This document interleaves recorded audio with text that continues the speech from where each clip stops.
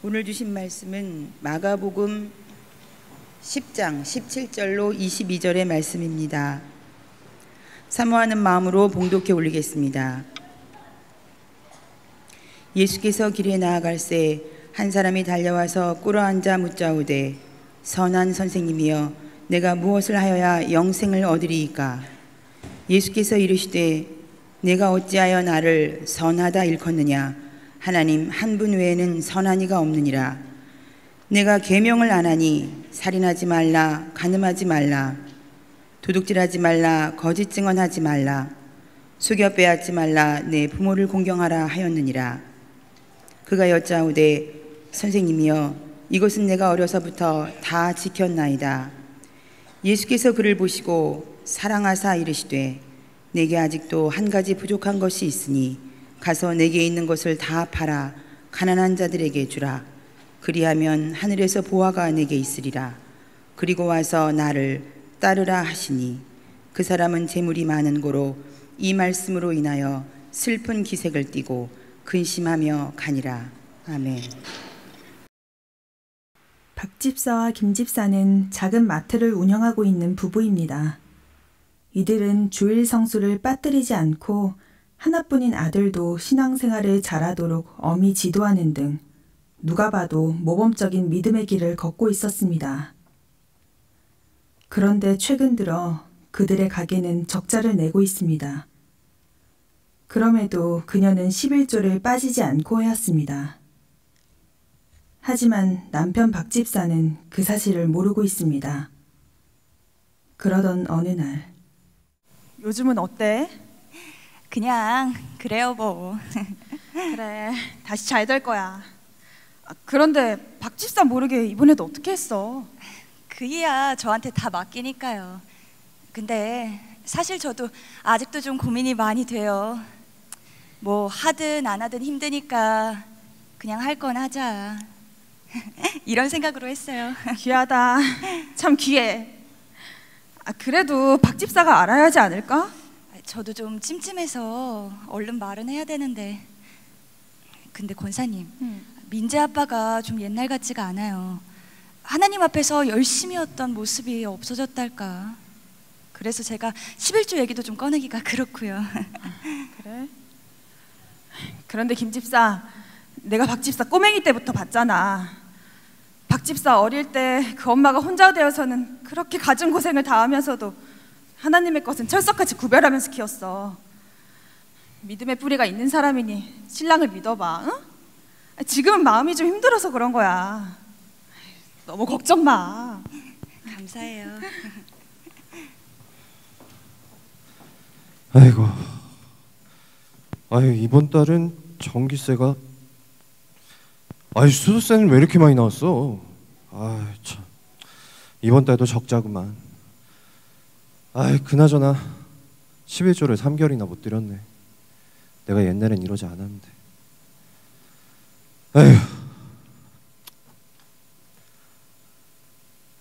주님, 나도 좀 도와주소. 나도 좀 11조 좀 시원하게 내봅시다. 진짜.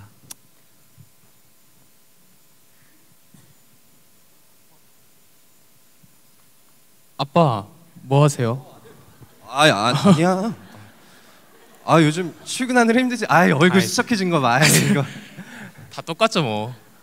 친구들 많이 노는데 그래도 전 출근하니까 감사해야죠. 근데 드릴 말씀이 있어요. 뭔데? 아들 여친 생긴 거야? 나도 손주 좀 잡으자 임마. 아니 그게 아니라 저 월급 탔어요. 그래?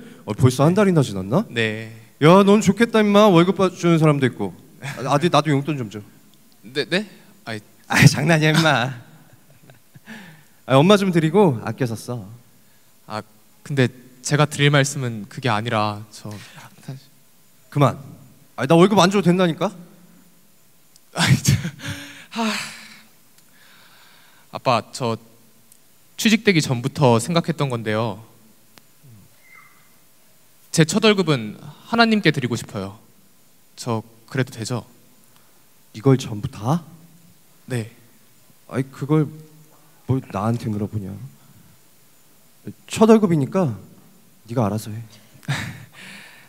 이렇게 마음이 든 것도 다 아빠 덕분인 것 같아요. 아빠가 항상 하나님 앞에 헌금은 바로 드리라고 하셨잖아요. 아니, 그건 하나님이 주신 마음이지. 엄마한텐 얘기 꼭 해드리고. 네, 알겠습니다. 아빠 진짜 감사해요. 아이, 내가 뭘. 아이, 월급을 다 헌금으로 드리고 난 11조도 못 내고. 여보, 여보. 무슨 생각해요? 아니야. 내가 할 얘기가 있는데. 뭔데? 우리 11조 말이에요. 제가 생각해 봤는데. 아이, 드립시다, 까짓 거. 아이, 월급쟁이들은 꼬박꼬박 내더라도 우리 같은 사람들은 힘든 달은 못 낼 때도 있는 거 아니야. 근데 난 좀 그래도 드리고 싶어. 수익이 나던 달을 기준으로 해서 말이야. 그래도 되지, 여보? 그쵸. 그래서 드렸어요, 제가. 그래, 다음 달 드렸다고? 제가 사실 계속 드리고 있었어요. 우리 적자 나던 날. 미안해요. 당신이 어떻게 생각할지 잘 모르겠어서 그냥. 당연한 거지, 그건. 나도 분명하게 얘기해 주질 못했어. 미안해. 좀 흔들리긴 했는데. 내가 마누라 난 기똥차게 덥구만. 미안해요. 내가 좀 더 당신을 믿고 그랬어야 되는데. 여보, 우리 힘내요. 하나님의 것을 구별해서 드렸으니까 우리 집에 복도 주시겠죠? 아니야. 나는 그리 아니하실지라도 잘 드릴 거야. 나 박집사라고. 알거든요, 박 집사님. 한 가난한 과부는 와서 2렙돈 곧 한 고드란트를 넣는지라. 예수께서 제자들을 불러다가 이르시되 내가 진실로 너희에게 이르노니 이 가난한 과부는 헌금함에 넣는 모든 사람보다 많이 넣었도다. 그들은 다 그 풍족한 중에서 넣었거니와 이 과부는 그 가난한 중에서 자기의 모든 소유 곧 생활비 전부를 넣었느니라 하시니라. 할렐루야. 오늘 주제가 헌금이라는 주제로 말씀을 나누기를 원해서 우리 청년들에게 간단한 스킷 드라마를 부탁했습니다. 수고한 친구들에게 한 박수 한번 해주시기 바랍니다.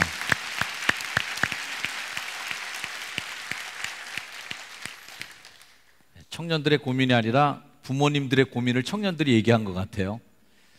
올해 들어서 첫 주일을 학생들, 어린이들과 함께 예배드리면서 주제를 좀 가지고 가장 기독교의 기본적인 주제를 가지고 한 달씩 좀 생각해 보려고 하는 계획을 세웠습니다. 2월 달에는 그래서 예배, 3월 달에는 십자가, 4월 달에는 부활, 5월 달에는 가정이라는 주제로 예배를 드렸고요. 오늘은 6월 달을 맞아서 헌금을 주제로 여러분과 말씀을 좀 나눠보려고 합니다.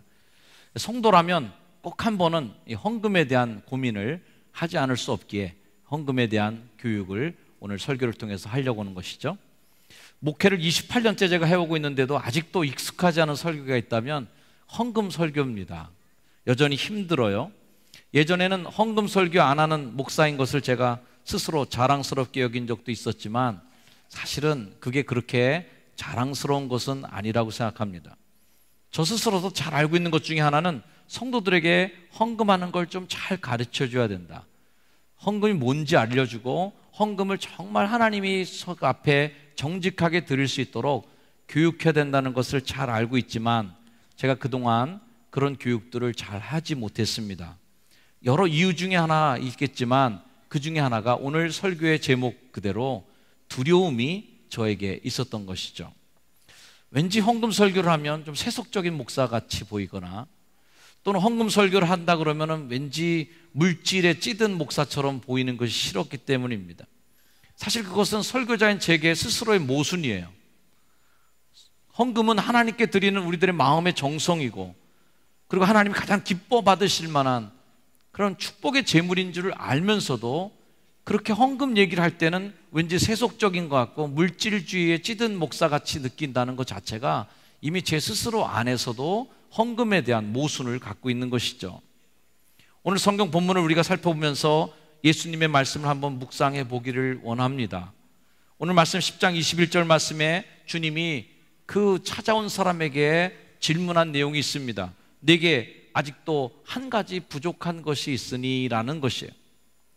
자, 그 사람에게 부족했던 그 한 가지가 과연 오늘을 살아가는 나에게는 무엇이 한 가지 부족한 것일까? 라고 되질문해 보고 싶은 것입니다.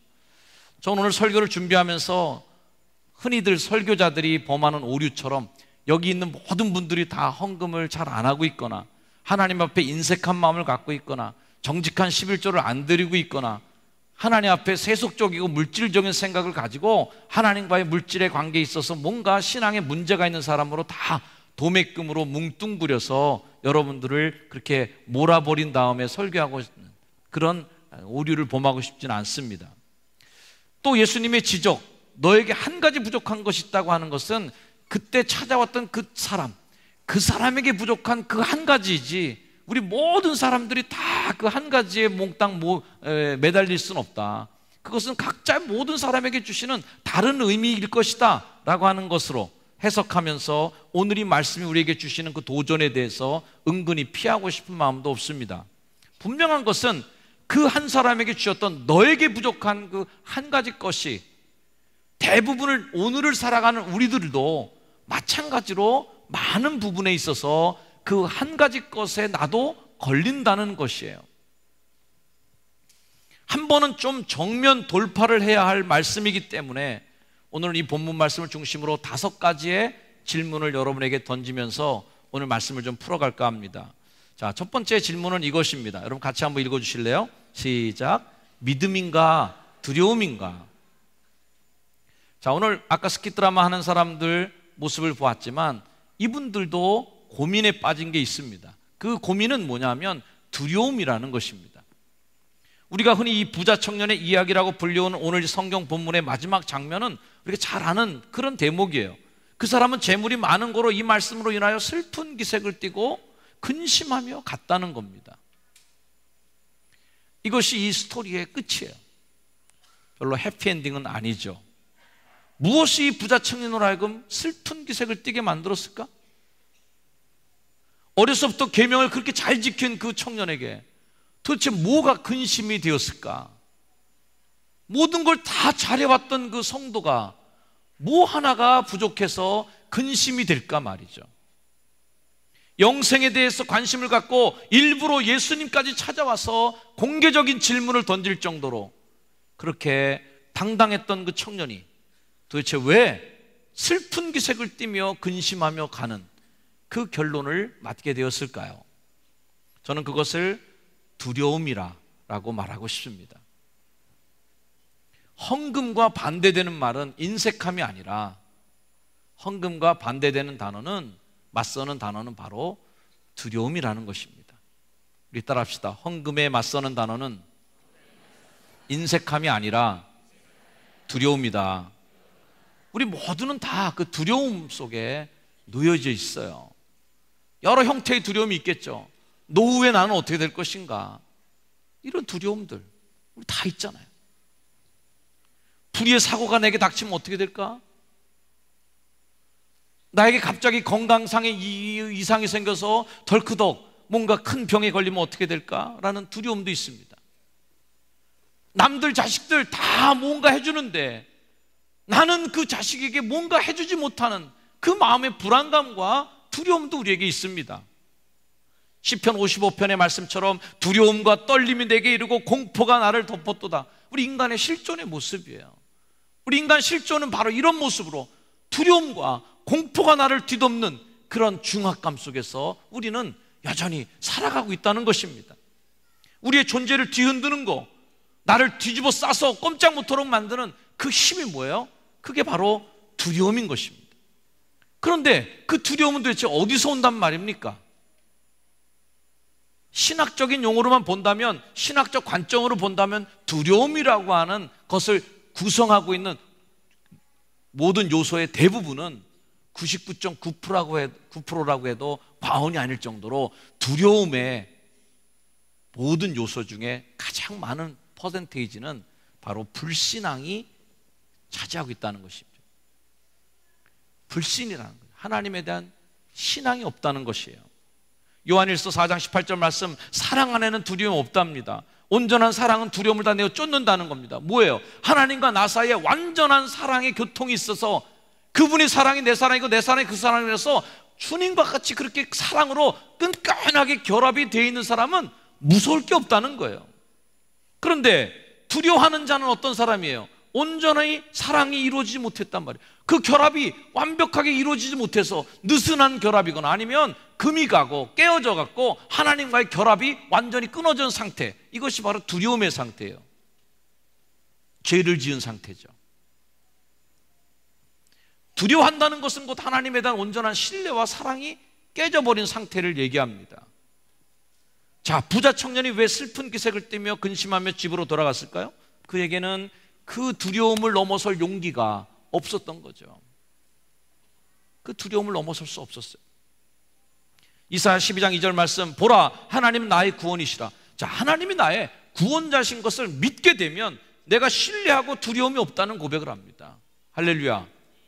따라합시다. 주님이 나의 구원자시라면 내가 신뢰하고 두려움이 없으리로다. 할렐루야. 그 여호와가 나의 힘이시고 노래고 나의 구원이시 되기 때문에 그분이 구원자로 내가 믿어지면 두려움이 없다는 거예요. 자, 하나님을 신뢰한다는 게 뭘까요? 그것은 바로 두려움이 없다는 것입니다. 다시 한번 이 부자 청년의 얘기로 돌아가 보면 하나님의 계명은 다 잘 지킨 이 사람, 어려서부터 다 지켰어요. 즉 아주 모범적 그리스도인이에요. 예배 잘 드려요. 봉사 잘하고 있어요. 교회에서 맡겨준 일들을 충성스럽게 잘 해내고 있어요. 성가대도 하고 찬양대도 합니다. 여성교 남성교 모든 봉사직에서 일할 수도 있어요. 그러나 온전한 사랑에 나를 내맡기지 못한 채 엉거주춤하고 있는 그 성도의 모습을 보는 거죠.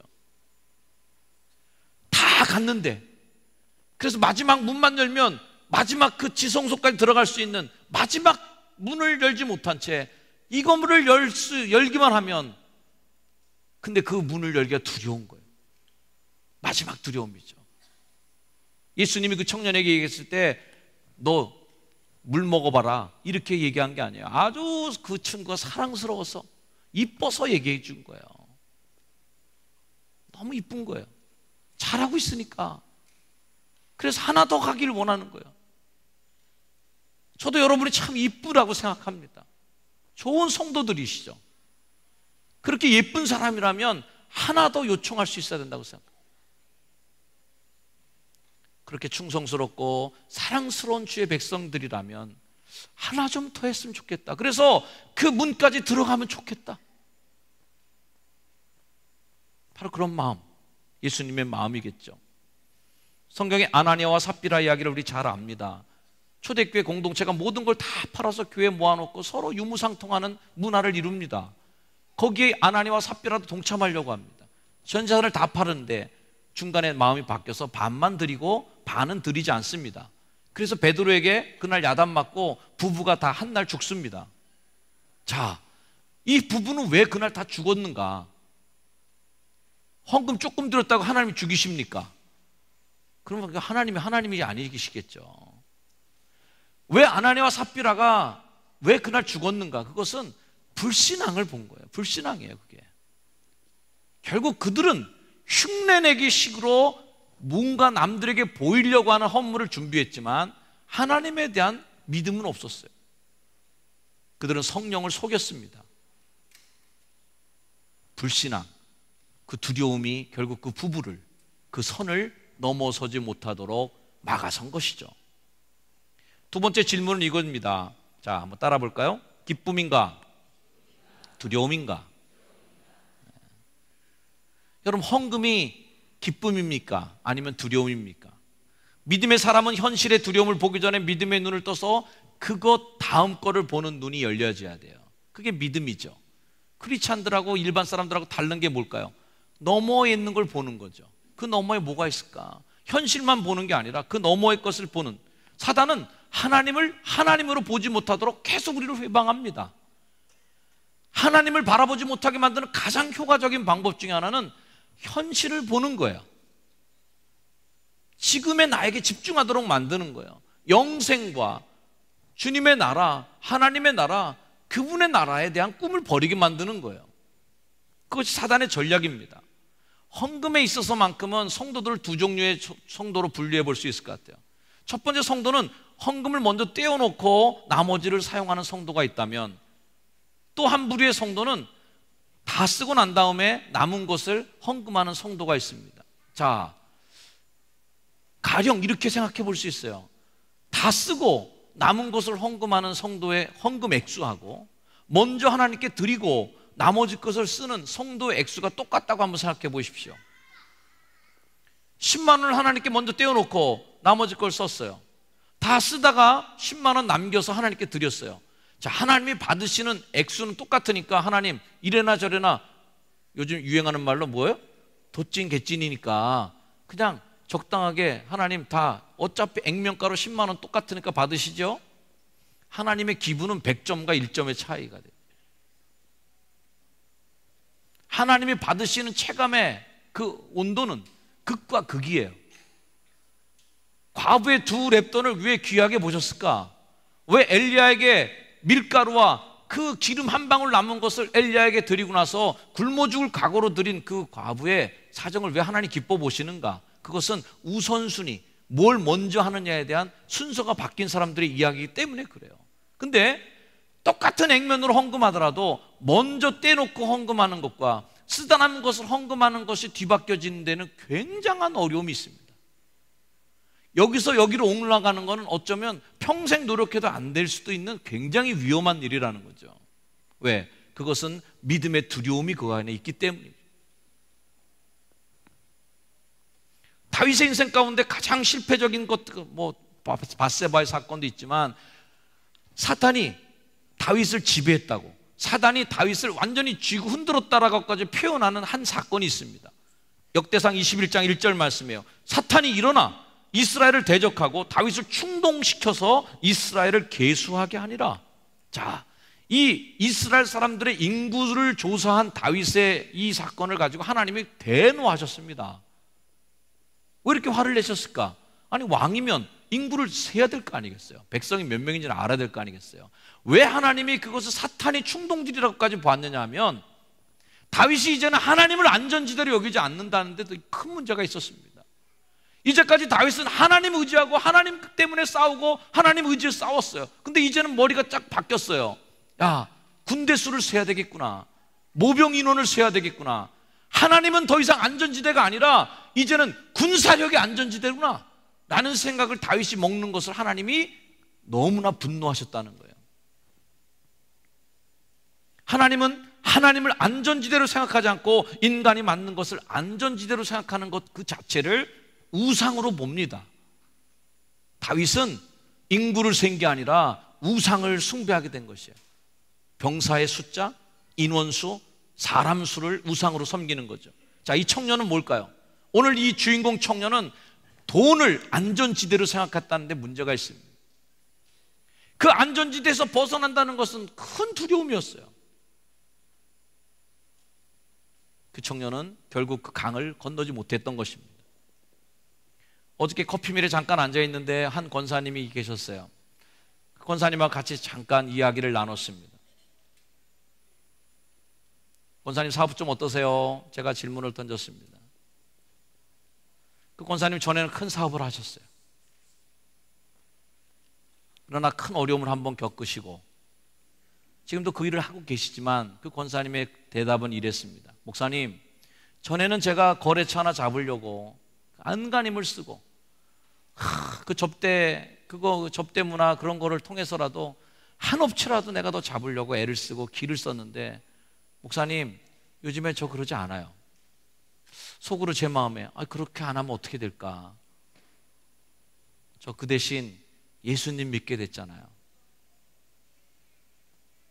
예수님 방법대로 사업하려고 나 그런 거 이제 안 하려고 그래요. 협력업체 하나 오다 하나 따려고 뒷돈 주고 검은 돈 거래하고 암실에서 접대하고 그런 일 이제는 안 하시겠다. 그래서 소문 내고 입소문 받고 오는 사람들은 받고 아니면 아닌 걸로 마음을 비우고 너무 행복하다. 오늘 설교 준비하면서 제 마음속에 여러 가지로 되뇌이고 있는, 마음에 품고 설교 본문을 되뇌이는 저에게 권사님의 입술을 통해서 하나님의 음성을 들려주는 것 같더라고요.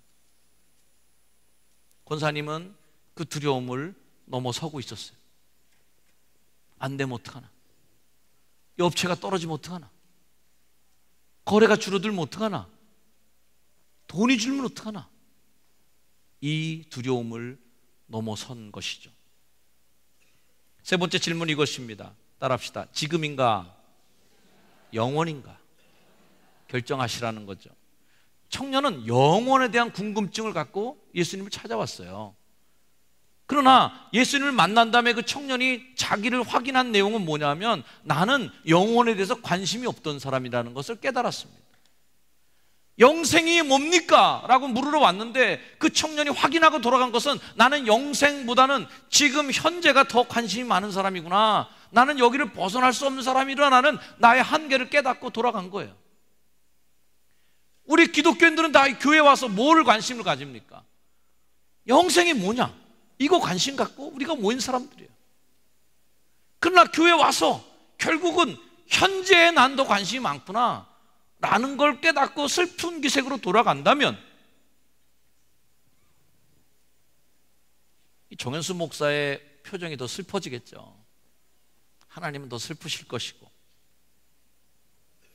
우리는 더 나은 것, 그 다음의 것을 보는 그리스도인들입니다. 우리 따라서 나는 크리스천입니다. 아멘. 그래야 크리스천이에요. 히브리서의 말씀에는 여러 신앙의 영웅들의 소개가 되고 있는 11장 내용이 있습니다. 그 내용 중에 이 한 대목, 그들이 이제는 더 나은 본향을 사모하니, 더 나은, better than, 무엇보다 더 좋은 거, 이거보다 더 나은 건 뭐고, 이거보다 더 고귀한 건 뭐지, 이거보다 더 높은 건 뭐지, 더 나은 것을 사모하면서 하늘에 있는 것을 바라보고 산 사람들의 이야기가 성경에 나오는 그 영웅들의 이야기예요. 그들은 더 나은 걸 봤어요. 우리 그리스도인들은 어떤 사람이어야 될까요? 더 나은 걸 봐야 되지 않겠습니까? 고린도서 4장 18절 말씀, 우리가 주목하는 건 보이는 게 아니다. 보이지 않는 것이 더 우리가 주목하고 있는 것이다. 보이는 것은 잠깐이고 보이지 않는 건 영원하기 때문에 거기에 더 우리는 관심이 많다. 이걸 선언하는 거예요. 여러분, 지금입니까? 영원입니까? 현재입니까? 그 다음입니까? 믿음은 그걸 결정하라는 거예요. 네 번째는 질문 이것입니다. 따라 볼까요? 내가 주인인가? 하나님이 주인인가? 헌금이 갖는 의미 가운데 가장 큰 부분 중에 하나는 하나님과의 관계 속에서 헌금의 역할은 하나님이 주인이냐 내가 주인이냐의 영적 싸움이에요. 주권적 싸움이죠.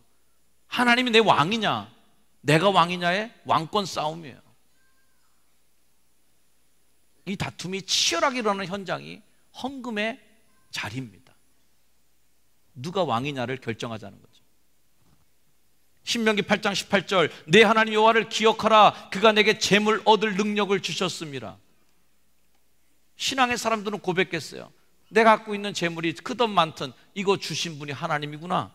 학개 2장 8절 말씀, 은도 내 것이요 금도 내 것이라 만군의 여호와의 말이니라. 내가 주권자다, 내가 주인이다. 하나님 선포하시는 거예요. 인간의 교만함은 그 자리를 뺏는 데 있습니다. 하나님의 주권의 자리를 뺏고 주인의 자리를 뺏는 거죠.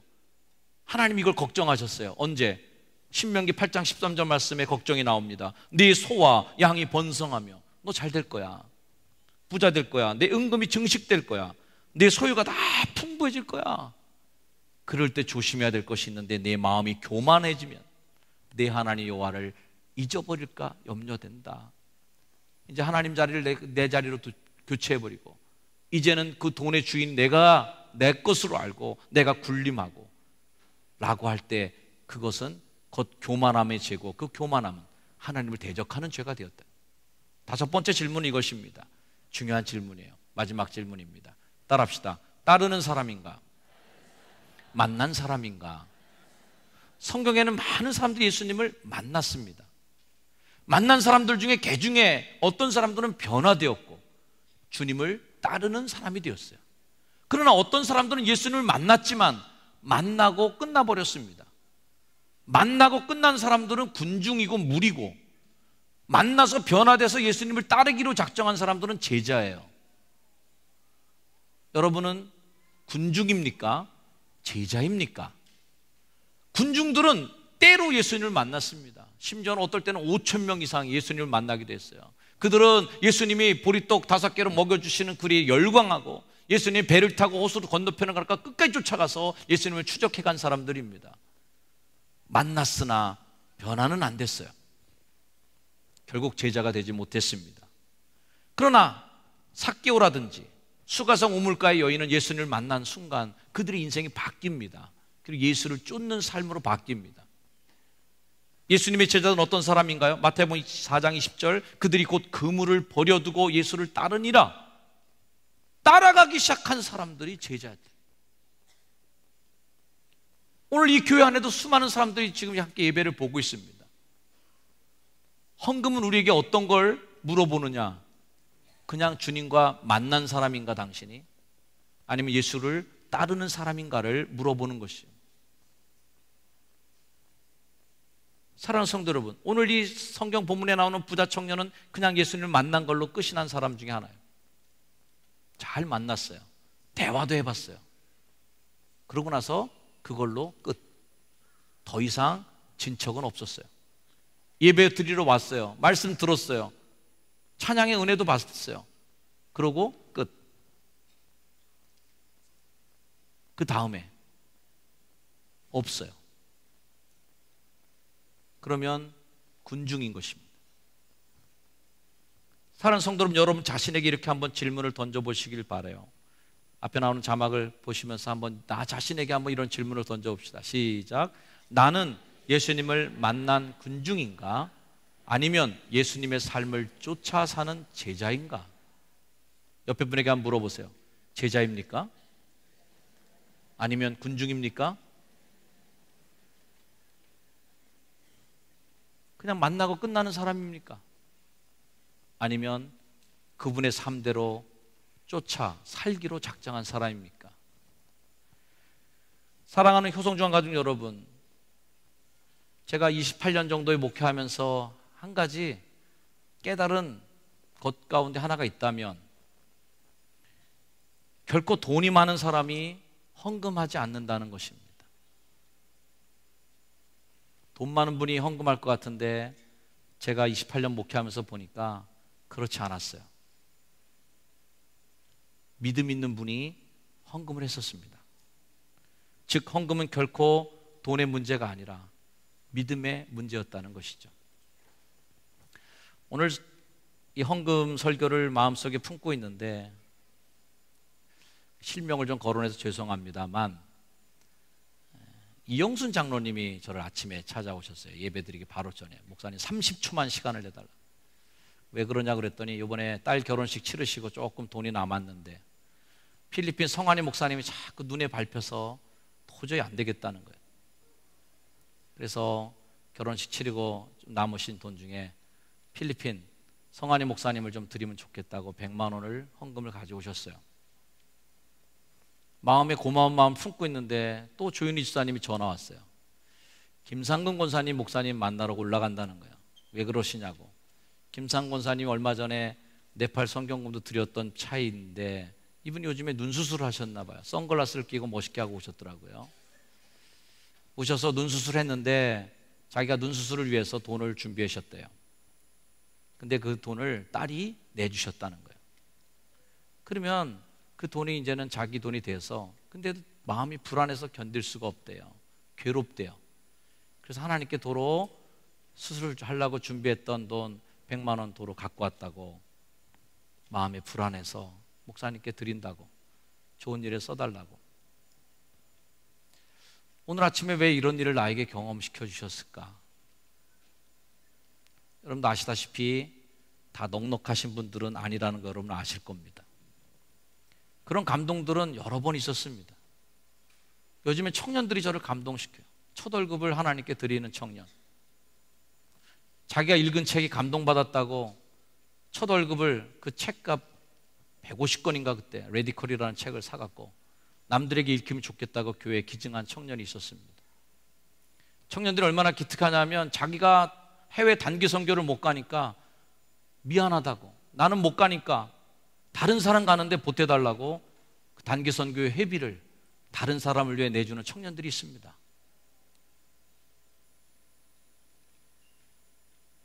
우리 교회 한 권사님 밴드에 또 글 올려서 우리 집에 있는 피아노가 이제는 다 애들이 크고 또 쓸모가 별로 없으니까 내놓는다고, 그걸로 캄보디아 가는 청년들을 위해 단기 선교 비용으로 내놓고 싶다고. 참 아름답게 드리는 분들을 주위에서 자주 보면서 정말 훌륭한 믿음을 제가 보여요. 목사를 부끄럽게 만드는 성도들이시죠. 헌금은 믿음이구나 라는 생각을 다시 또 하게 됩니다. 그렇다고 해서 헌금을 못 하시는 분들에게 그분이 탐욕적이다, 그런 분들은 세속적이다, 비신앙적이다, 저는 절대 그렇게 보지 않습니다. 단지 그분들에게 있어서 한 가지가 있다는 거예요. 그것은 바로 두려움이 있다는 것입니다. 그분들이 믿음이 없는 게 아니에요. 그들이 비신앙적인 분들이 아니에요. 그분들이 너무 세속적이거나 물질에 찌든 분들이 아니에요. 단지 그 두려움을 넘어설 수 없기 때문에 주저하는 것이죠. 전 오늘 설교의 제목을 두려움을 넘어서라는 제목을 드렸습니다. 헌금 설교하는 주간에 뭐 이런 제목이 있나. 제가 볼 때 물질의 문제는 정말 두려움인 것이죠. 목사인 저도 헌금을 낼 때 두려움을 가집니다. 이렇게 다 내고 내 노후는 어떻게 되는 거야? 이렇게 다 낼 때 뭔가 급한 일 생기면 어떻게 되는 거야? 두려움이 있어요. 그러나 그 두려움을 매일 넘어서는 것이 우리의 신앙이 아니겠습니까? 오늘의 설교 제목처럼 저는 그런 분들조차도 두려움을 넘어서서 하나님에 대한 믿음으로 물질의 세상 속에서 살아가면서도 기독교인으로 당당한 제자로 세상 속에서 살기를 주의 이름으로 축원합니다. 여러분 모두가 예수를 쫓는 사람들로 두려움을 넘어서서 기쁨으로 믿음으로 하나님과 만나게 되는 물질의 자유함을 입는 귀한 주의 제자들이 되기를 주의 이름으로 축원을 드립니다. 기도하겠습니다. 하나님, 물질 세상 속에 살고 있지만 물질을 뛰어넘는 믿음을 주시고, 세상 속에 살고 있지만 하늘의 법칙을 깨닫고 살아가는 사람이 되게 하시고, 현실에 살지만 그 현실 너머의 것을 바라보며 살아가는 사람들이 되게 하여 주시고, 지금 살지만 영원한 것이 있음을 믿고 그것을 바라보는 눈을 떠 앞날을 보고 가는 믿음의 사람들로 살게 하옵소서. 예수님의 이름으로 기도드립니다. 아멘.